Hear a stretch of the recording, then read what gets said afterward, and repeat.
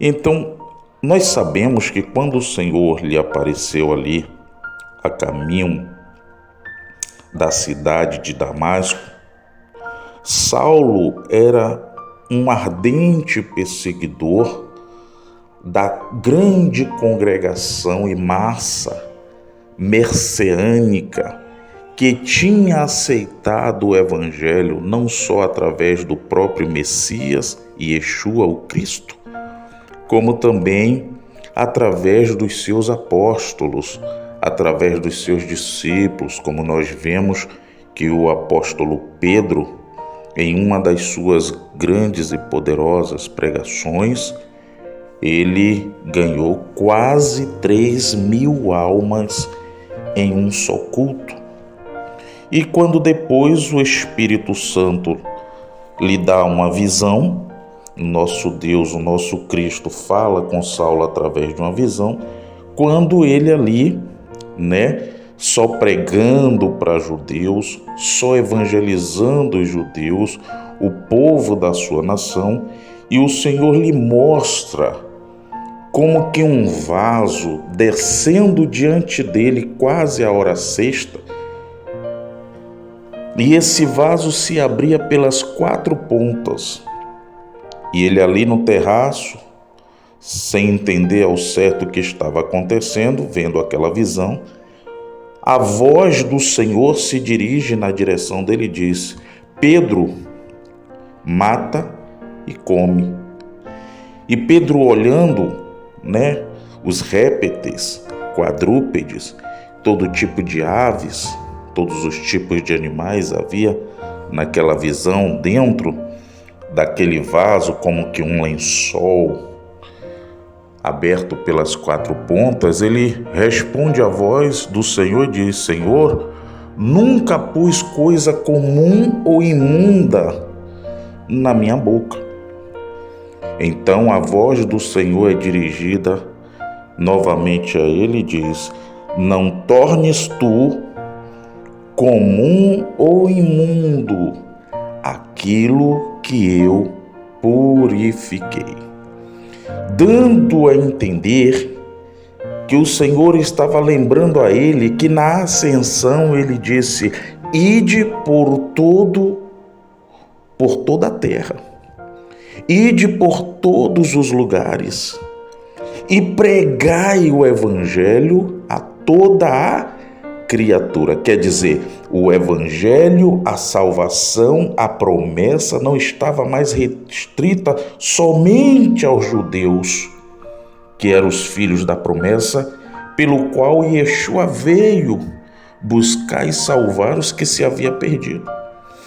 Mas também o Senhor estava mostrando para o apóstolo Pedro que não só em Israel, não só em Samaria, não só nas cidades da Judéia, Jerusalém, circunvizinhas, mas em toda a face da terra.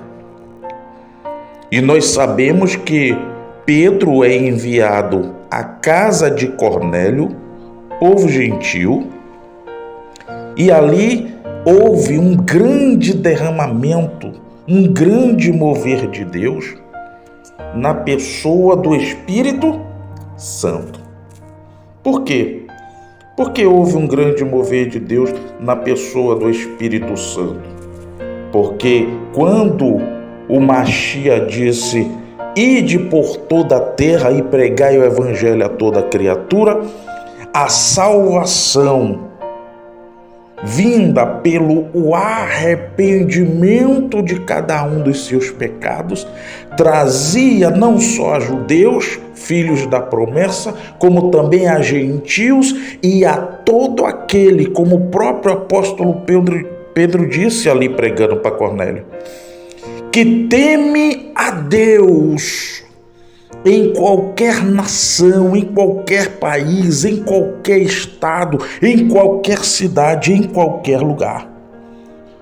Então, o arrependimento vem através da pregação das Sagradas Escrituras. E todo aquele que crê não perece, não é condenado por rejeitar tão grande salvação através do Messias, o Filho do Eterno, o Filho do Criador, mas terá a vida eterna. Bem verdade, nós sabemos que na época que o nosso amado Yeshua caminhou pelas estradas de Israel, bem como em Jerusalém, e quantas lições maravilhosas o nosso mestre deixou, principalmente quando ali ele via o seu povo corrompido dentro do templo e fazendo da casa do seu pai, da casa de adoração, da casa de arrependimento, da casa de aprendizado, da casa de comunhão com o Criador, negócios, comércios. Estavam misturando a vida espiritual com a vida carnal, com a vida material. Eles poderiam fazer isso em qualquer outro lugar. Mas quando ali dentro eles estavam fazendo aquele tipo de coisa, então eles estavam profanando o que era santo, o que era separado, o que era especial, o que era sagrado. Então Yeshua, cheio do Espírito Santo e da presença do seu Pai na sua vida, ele expulsa os profanos, os carnais e leva a autoridade divina, dizendo que a casa do seu pai será chamada casa de oração. Ali era lugar de oração, ali era lugar de buscar comunhão com Deus, ali era lugar de buscar a presença de Deus, ali era lugar de buscar a unicidade com Deus. E os homens estavam preocupados com as suas vidas materiais. Então, no primeiro século, nós sabemos que o Império Romano dominava sobre os termos de Israel. Eles dominavam com braço de ferro, a fio da espada. Era exatamente o que eles queriam. E o que passasse disso seria cobrado com a própria morte, porque eles não toleravam nenhum tipo de arruaça humana, nenhum tipo de protesto e nenhum tipo de levante contrário àquilo que eles tinham estabelecido como o império da profanação e idolatria e da morte. Então Yeshua é levado ao céu e fica os seus apóstolos, os seus escolhidos, como responsáveis por levar o ensinamento do Messias, por levar o ensinamento da salvação, por levar o ensinamento do Filho do Homem aos quatro cantos da face da terra. Então, nesse período, os imperadores que faziam parte da liderança romana não aceitavam que estivesse ninguém acima de si mesmo. Então, formou-se não só uma aliança, como também um estado de calamidade espiritual da parte dos judeus ortodoxos que não aceitaram a ponto de entregar o Filho do Homem, o Yeshua HaMashiach do Criador, na mão de Pilatos para ser crucificado, porque eles não tinham Yeshua como Messias prometido no Antigo Testamento, principalmente pelo servo de Deus Moshe, que em brasileiro é Moisés, pelo servo de Deus Moshe, que falara que semelhante a ele se levantaria um no meio dos filhos de Israel, apontando para o Mashiach, apontando para Cristo, o que seria o autor e consumador da fé de todo aquele que nele colocasse a sua confiança, a sua esperança e a sua alma como salvação dos seus pecados, como está escrito em Mateus 1, verso 21. E ele seria o salvador do seu povo, para os salvar dos seus pecados, dos seus maus caminhos, da sua idolatria, da sua profanação, do seu culto a outros deuses, de querer viver, de querer vestir, de querer pensar, de querer cultuar outros deuses, como as nações egípcias, como as outras nações pagãs, e não mais como a ortodoxia dada pelo próprio Criador através do Pentateuco, que são os 5 livros do Antigo Testamento. Então houve perseguição tal aos judeus convertidos, aqueles e aquelas que verdadeiramente haviam entregado os seus espíritos, as suas almas, como ao fiel Criador e os seus corpos a servir o Filho do Homem como sua salvação, na certeza do perdão dos seus pecados e a vida eterna após a morte.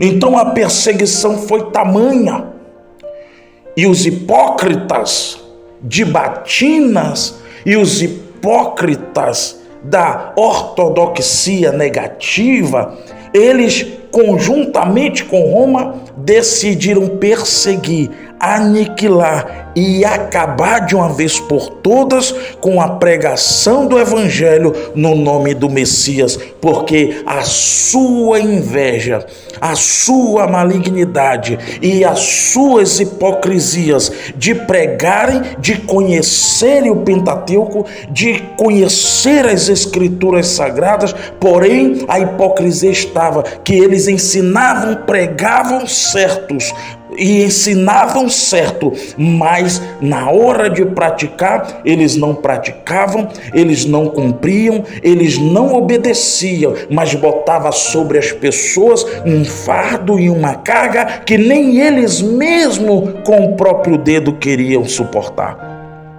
Isso significava dizer que eles queriam ver as pessoas obedecendo, mas eles mesmos não queriam obedecer, não queriam se render, não queriam viver debaixo das Escrituras Sagradas em perdão, mas queriam estar debaixo da lei como rebeldes. Então eles se tornaram feiticeiros da fé.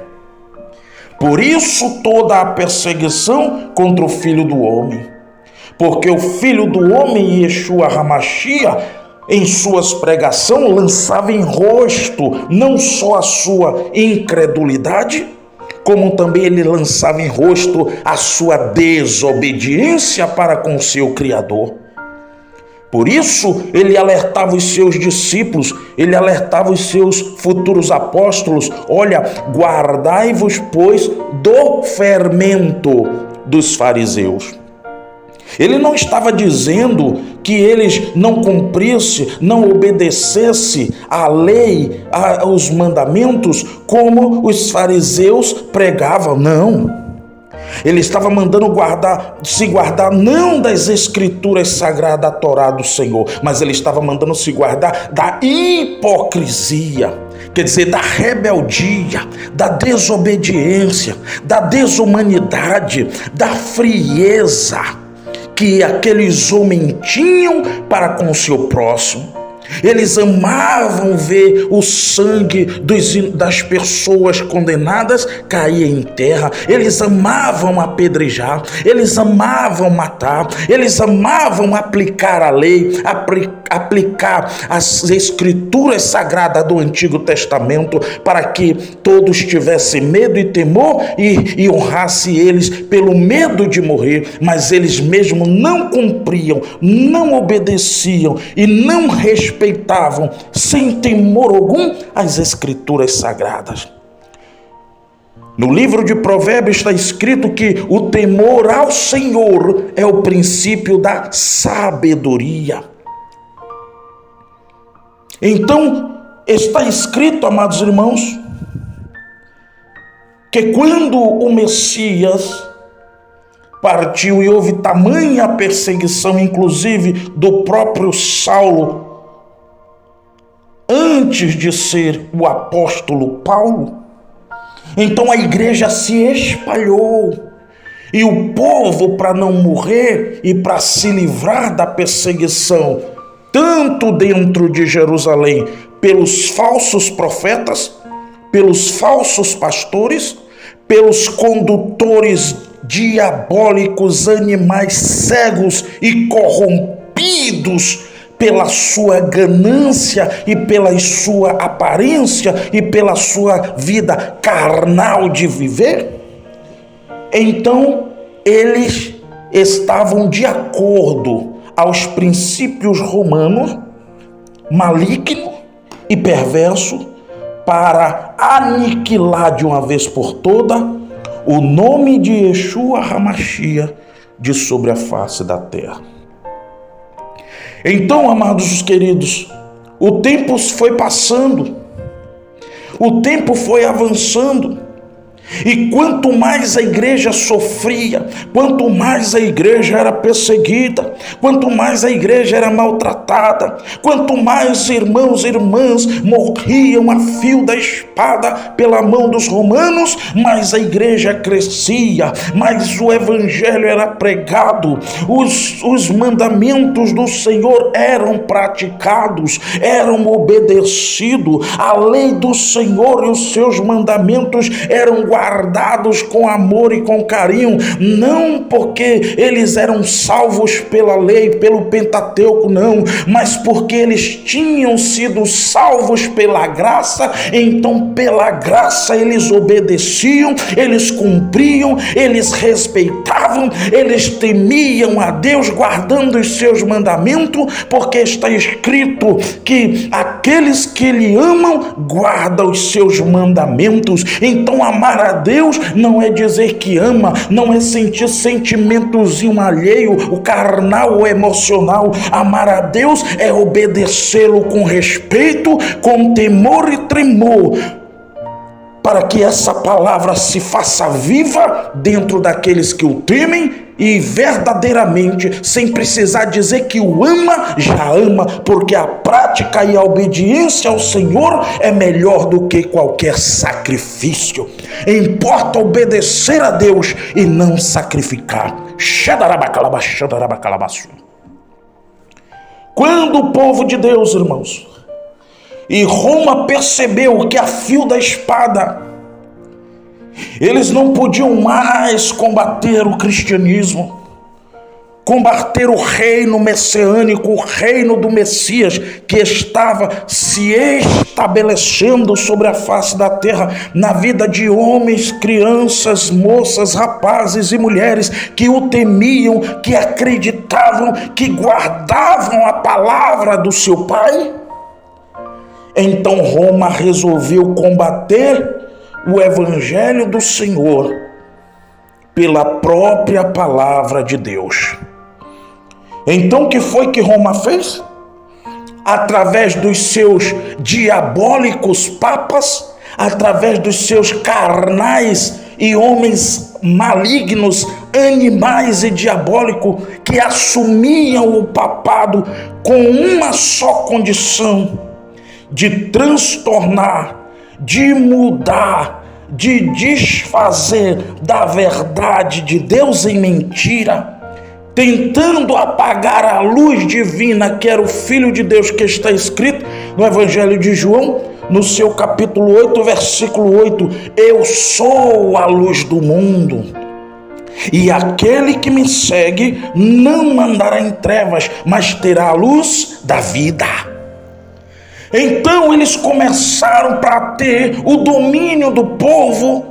Somente eles liam as escrituras, e tudo isso começou quando o imperador Constantino, na sua rebeldia, na sua hipocrisia e na sua irresponsabilidade, queria exercer uma mistura das coisas de Deus com as coisas pagãs, das coisas celestiais com as coisas terrenas.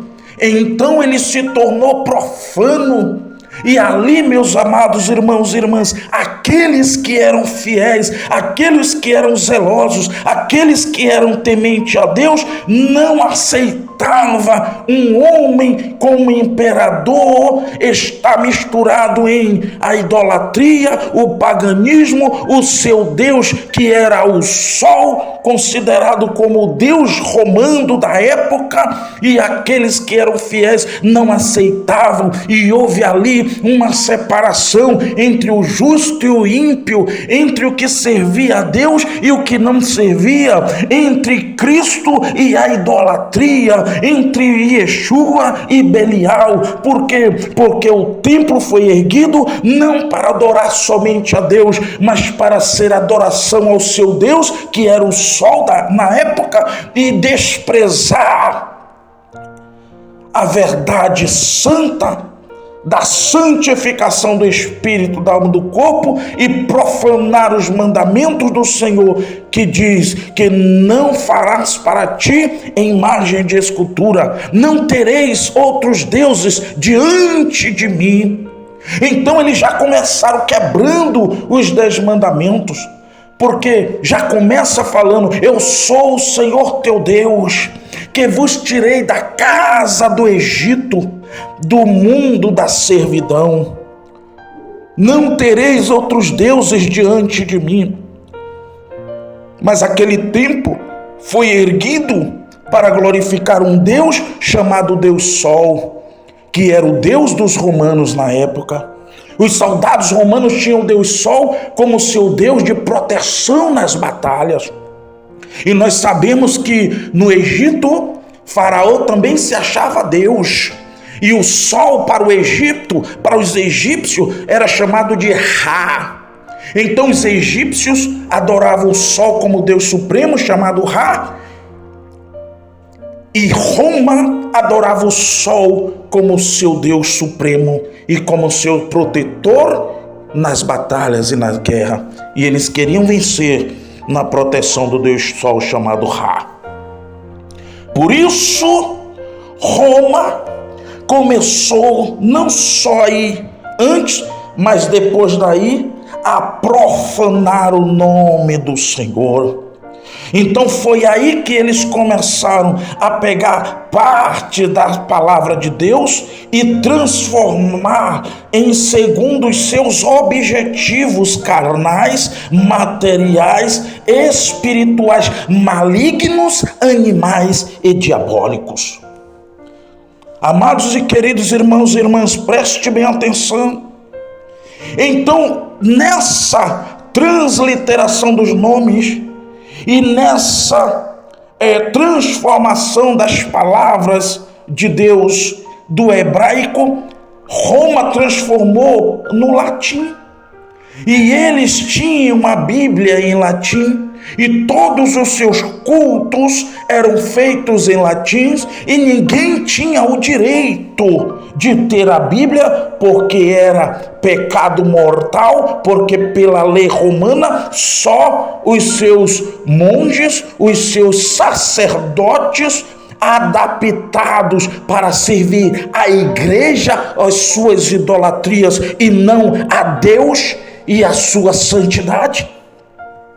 Então eles colocaram o Papa no lugar de Deus, colocaram a igreja e o apóstolo Pedro no lugar de Yeshua HaMashiach, e colocaram Maria no lugar do Espírito Santo, como se ela intercedesse ou rogasse pelo ser humano sobre a face da terra.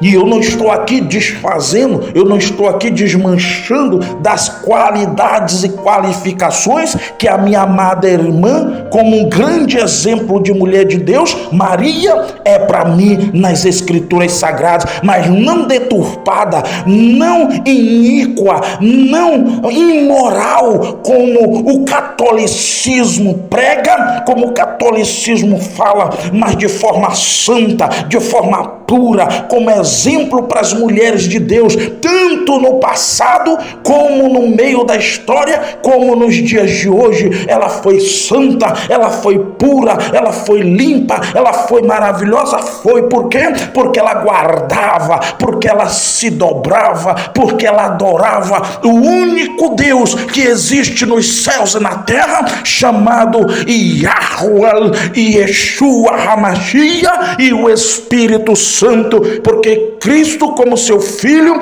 e o Espírito Santo como essência divina sobre todos aqueles que nele crê, pela promessa de Atos 2, que o teu Espírito Santo se derramou sobre aqueles homens e mulheres que no cenáculo louvavam, oravam, se humilhavam e clamavam ao Deus vivo todo-poderoso. Oh, glórias!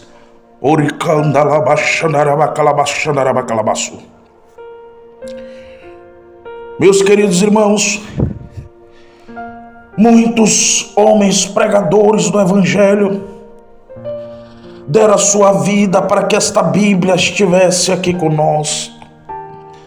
Deram as suas vidas por amor do Evangelho, como o William Tyndale, um grande inglês que teve que contrabandear a Bíblia para a Inglaterra, traduzida no inglês para que todo aquele que lesse na Inglaterra pudesse entender, e não era mais em latim, e ele foi perseguido pelo catolicismo, ele foi perseguido pela Inquisição, ele foi perseguido pelas leis romanas, porque as leis romanas da época ditavam que ninguém podia ler a Bíblia, porque todos eram ignorantes. Eles tinham as pessoas da época como se fossem leigas, como se não fossem nada, como se não fossem ninguém. Por quê? Porque eles dominavam com um braço de ferro, e eles oprimiam, e eles prendiam, e eles tomavam os bens das pessoas, e eles aniquilavam as pessoas, e eles destruíam as pessoas, para que a verdade e a veracidade do Evangelho não fosse pregada, não fosse ensinada da maneira que se deveria, e as pessoas não conseguiam ser salvos, porque eles não estavam ensinando as Sagradas Escrituras, mas eles estavam dando preço e dogmas humanos, e dogmas papais, e dogmas religiosos católicos, e as pessoas ficavam privadas da vida eterna. E por isso o Senhor levantou Martinho Lutero. E quando o Senhor levantou Martinho Lutero e colocou as 99 teses contra o catolicismo, contra a pregação romana, contra as mentiras e os enganos de Roma. Ele também era um padre, ele também era um monge, ele também era um grande professor da igreja romana. Mas quando ele foi e entendeu a verdade, a luz da verdade clareou para ele, como está escrito em 2 Coríntios capítulo 4, que o Deus deste século cegou o entendimento dos incrédulos, para que não lhes resplandeça a luz da verdade. Quem é a luz? É Yeshua HaMashiach, o Filho do Homem. Ele é a luz, e quando ele clareia, então passamos a entender a verdade, porque os olhos, não os olhos humanos físicos, mas os olhos da alma, do entendimento se abrem, e nós passamos a enxergar a verdade de Deus, que tira o pecado do mundo através do Cordeiro de Deus, que é o seu santo, amado, querido, precioso e único Salvador e salvação que Deus deu para ligar dar o homem a ele pelo sangue do Cordeiro, que tira o pecado do mundo, para que todo aquele que nele crê não pereça, não seja condenado, não perca essa grande e tão rica oportunidade de entrar pelos reinos celestiais, pelas portas, porque lavam, porque limpam, porque purificam as suas vestiduras no sangue do Cordeiro, e tem o direito, não por si mesmo, mas por Cristo, pelo Yeshua HaMashiach, de entrar na cidade celestial pelas portas.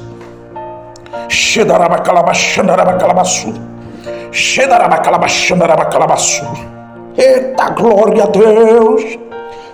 E muitos irmãos, por falta de conhecimento, estão perecendo. Por falta de conhecimento, porque está escrito: o meu povo perece porque lhe falta conhecimento. Está escrito, amados irmãos, que não havendo profecia, o povo se perde, mas aqueles que guardam a lei serão felizes. Oh, glória a Deus! Oh, glória a Deus! Oh, glória a Deus! Glória a Deus! Provérbios 8, a partir do versículo 30. Então eu estava com ele, e era seu aluno, e era como um dos seus arquitetos, e era cada dia as suas delícias, alegrando-me perante ele em todo o tempo. Oh, glória a Deus, aleluia! Oh, glória, glória, glória, glória, glória a Deus! Oh, glória, glória, glória, glória, glória, glória, glória a Deus! No versículo 23 está escrito: desde a eternidade fui ungido. Oh, glória a Deus! Desde o princípio, antes do começo da terra, quando ainda não havia abismo, fui gerado, quando ainda não havia fontes, aleluia, carregadas de água, antes que os montes se houvessem assentados, antes dos outeiros, eu fui gerado, eu fui criado.